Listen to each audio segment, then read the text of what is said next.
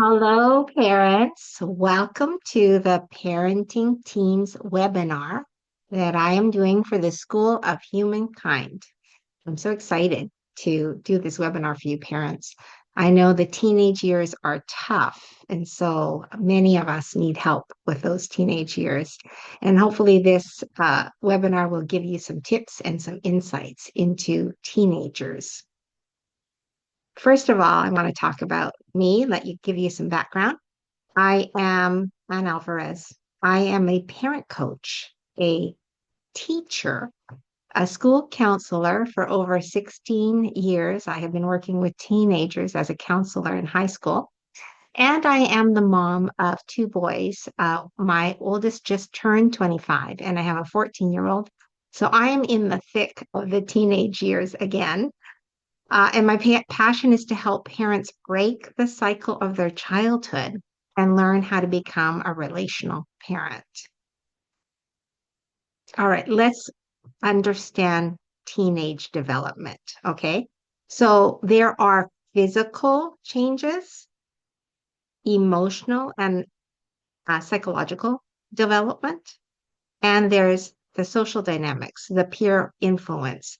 So all of these make it complicated for us to parent because all these things are affecting their behavior and their response and emotions. So the physical changes are really the brain development because the brain is growing so quickly and there's hormonal uh, changes as well which can lead to like an increase in appetite. It could be they have more body odor, they are more interested in the opposite sex. And then the brain is developing so quickly. So the growing teenage brains, there is a part of the brain that drives emotion that develops faster than the other part that controls impulses. And this allows for social, emotional, and cognitive changes, as well as taking on new responsibilities from childhood to adulthood, because they are moving into adulthood.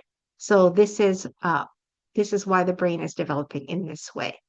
So there is a limbic system that drives emotions, and it is hyperactive during puberty, along with the hormones. So you may notice that your teenager is more emotional, gets upset easily, maybe criticizes more, maybe feels like everyone is against them.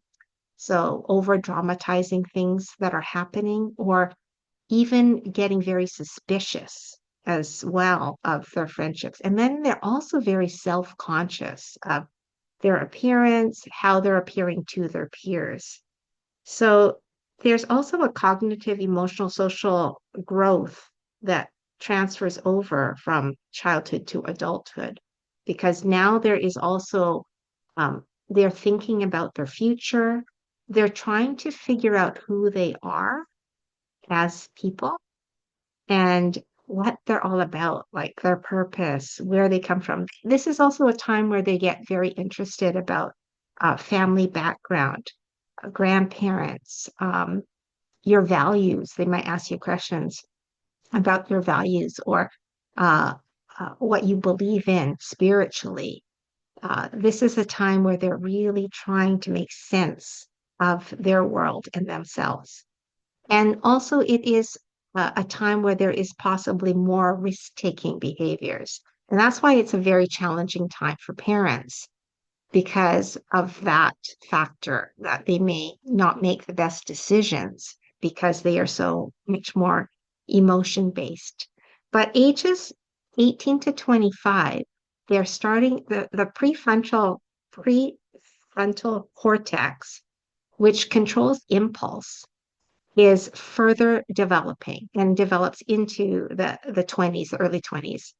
And so then they have greater control over their impulsivity and they have less risk-taking behavior. So once we make it to 18, then we can have more rational, logical decision making. We will see that more as our children are getting older. Okay. And so, parents, the teenage brain is complicated. Um, it is the forming of the brain shows that during the adolescence, there is a lot of change that is happening with our kids. And the parts of the brain that control physical movement, vision, and the senses, they mature first. Okay, movement, vision, um, the senses, right? They're more they have their tastes are changing. They may be more tactile, and they have while those regions in the front control higher thinking, the higher thinking doesn't finish developing until the early 20s. And so then we have this um, overactive amygdala. Now, the amygdala is the survival part of the brain. It is the most primitive part of the brain. It's the emotion base, the survival, the flight, uh, flee, the flee fight response. Um, and that part of the brain is super, super active in the teenage years. So that is that is why we're going to get more overreactions and we're going to get more fighting back, when they don't like what we're doing or what we're saying to them. Okay, it's totally normal, parents. Totally normal. Okay. And this is inside the teenage brain. Again, at not till 25 does the teenage brain become fully mature. The amygdala is the emotion core for passion, impulse, fear, aggression. It is overactive in the teenage years. And then the reward center of the brain, the memory center, and the the the parietal lobe. I'm not a scientist, but I have learned some of this brain stuff. All of that's developing and doesn't fully develop until we are adults. So that is the struggle, is that this emotion part of the brain is overactive and overdeveloping. And then the logical reasoning parts of the brain are not as developed. So it's difficult. It's going to be difficult to reason with our teenagers. They can still reason, but we have to calm the amygdala down first. Okay. So teens' emotions are heightened. Oh, sorry. Go back. Oh, sorry about that. I'm going to just go back here. Um, Hold on. Sorry, parents.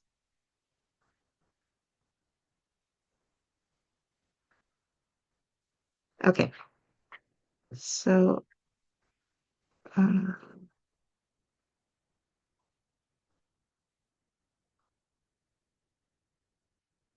to cut this out. Okay. This is the slide we're on.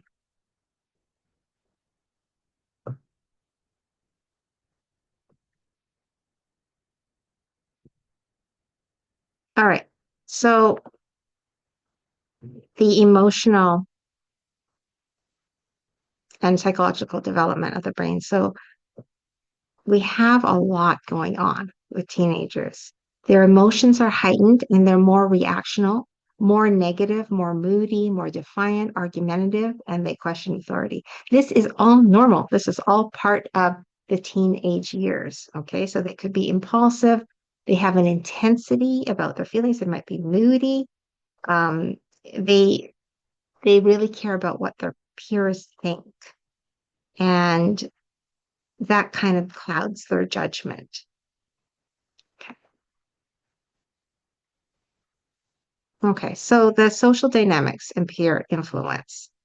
They want to fit in, and their friends are super, super important. They want to be part of a good friendship group, and they want to be socially accepted, and they want to look like everyone else, And it is also a time for them to discover more and more about themselves. Actually a great growing period to help them with their identity, help them discover who they are, what are their interests, what are their passions, and what are they good at. And how do we keep connected with our teens? Well, we have to use active listening. Active listening is where we're actually having conversations with our teens and we are um, reflecting back what they're saying so that we understand. And we use open-ended questions because that invites conversation. And then we navigate through difficult conversations, right? We are going to have difficult conversations with our teenagers. We can't really avoid them because if we want to protect them, then difficult conversations are mandatory. And I help parents with this all the time in my school counseling and also in my parent coaching. So we have to set boundaries. Boundaries are actually healthy, and I'm going to be doing a webinar on boundaries next year in January. But boundaries are super, super important. And we also have to invite problem solving, rules, and consequences with our teenagers. And we also have to be flexible and adaptable. Our kids are going through a lot. They're not going to always remember things. They're a little bit scattered sometimes, right? Not as organized and forgetful. But we don't reprimand them. We understand this is part of teenage development, and we invite them into the problem solving. How can we fix this? How can we make things better? How can we get you more organized? Okay. Okay. Then we're supporting independence and responsibility. So we're encouraging them to make decisions because parents, we're moving them from childhood into adulthood. That's what the teenage years are all about. And so we can't parent the same way as we did when they were 0 to 10 or 11, right? We have to parent in a different way with the vision of them becoming independent and responsible adults. So we have to encourage decision making and we invite them into decision making and problem solving. And we also have to give them some freedom because if they don't have freedom, they don't have growth. So we have to we have to trust them to start to do things without us, even though it's scary. I understand it. I completely understand it. About the scary part of it because I grew up with very sheltering parents. So um, it affected me in the sense that I was very scared to go out in the world and do things. But we don't want that. We want our kids to be confident. And the way we give them confidence is we give them some freedom. So we're like, okay, you can take the bus to school. Okay, you can meet your friends at Dairy Queen after. We give them opportunities for freedom with guidance and also checking on their safety. Like, do you think it's safe? Who are you going to be with? Uh, what time will you be home? I mean, all of those are reasonable, right? Because we still want to keep them safe, but we have to allow them freedom. Otherwise, they don't develop that confidence in themselves. They think that their parents always have to be with them, dropping them off, picking them up, doing things with them, and they can't do it on their own. And we don't want adults like that, right? It does really affect them. And then we want to teach them some life skills. So it could be money management, it could be cooking, doing the laundry, like basic things that our children need when they leave us, right? That's what we're going to be teaching them, some life skills and things that you've learned along the way. You can pass down to your children. That's very impactful and really great. Okay. So I want parents to understand that the teens are going to be emotional. They're going to be reactive. They're going to be argumentative. And we have to understand this is a stage in their lives, and it's not 100% their fault. It is because of the biology, the hormones, and the brain development that is happening. So the best thing to do is not to react. Like if you're getting triggered because they're being disrespectful or they're talking to you in a mean way or they're moody, then you have to take a pause. You have to take a break, and then you have to calm your brain down and remind yourself, oh yeah, this is the teenage years. This is what they do in the teenage years. So we don't react, but we respond. So we can respond in a way that's, I can't really talk to you when you're talking to me that way, honey. Or um, let's talk about it when you're calm. How about that? Or I hear what you're saying and I understand that you're upset, but I want to talk to you about it rationally when we're both calm. You're setting boundaries, but you're also communicating your expectations and your values, right? Because nobody should be yelling at you or bullying you, especially anybody in the family. You want to keep your families healthy and safe. And you do that by having boundaries with your kids and with the adults. The adults have to also respect boundaries of our children because our children have boundaries too, right? This is also the age where they don't want you to be in their rooms. Their room is their safe haven. And I remember my boys not wanting me to go into the rooms because they might be changing. They wanted privacy, and that's normal. Teenage years, that is really totally, totally normal. All right. We have to allow for mistakes. Our teens are going to make mistakes, and we need to allow for this and guide them. And we have to plant seeds through relational parenting, right? So I say to parents, what is the seed that you want to plant? If you want them to be more responsible, you can say, how can you take on responsibility for that? Right? You can ask the question. I always say ask rather than tell. Because when you're told something, automatically you want to resist. But when you're asked, asking is an invitation to the conversation.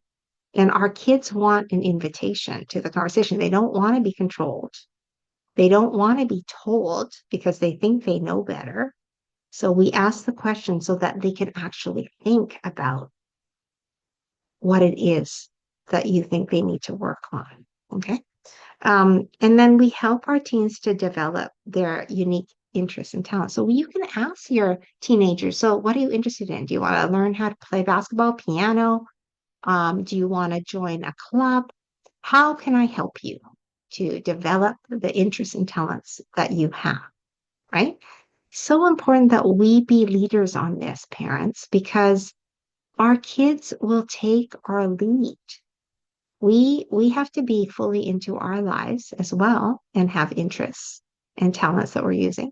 And we want our kids to also foster interests and talents and continue to grow, because that will help them in their lives discover more and more about themselves. We don't want our children to be one dimensional, that they're only gaming. That's the only thing that they're interested in. We want to open the door to other activities. And also, when a teenager is busy, less likely that they're going to get in trouble, right? Especially if they're busy doing things that interest them, like maybe cooking, a cooking class or painting class or a sport.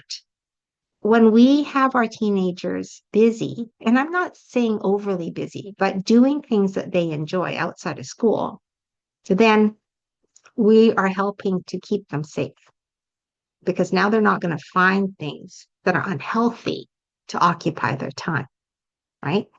And it's also teaching them time management when they're busy.